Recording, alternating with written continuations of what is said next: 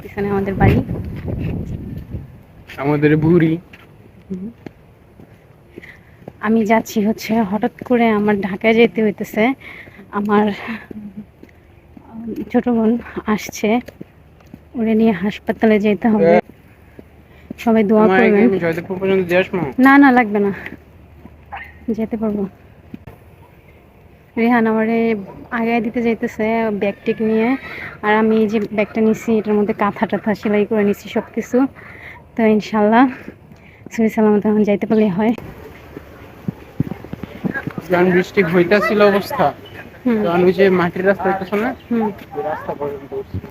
ওই যে খাল, খাল ভরে গেছে। আর একটু বৃষ্টি হলে মনে করেন উপরে এত পানি।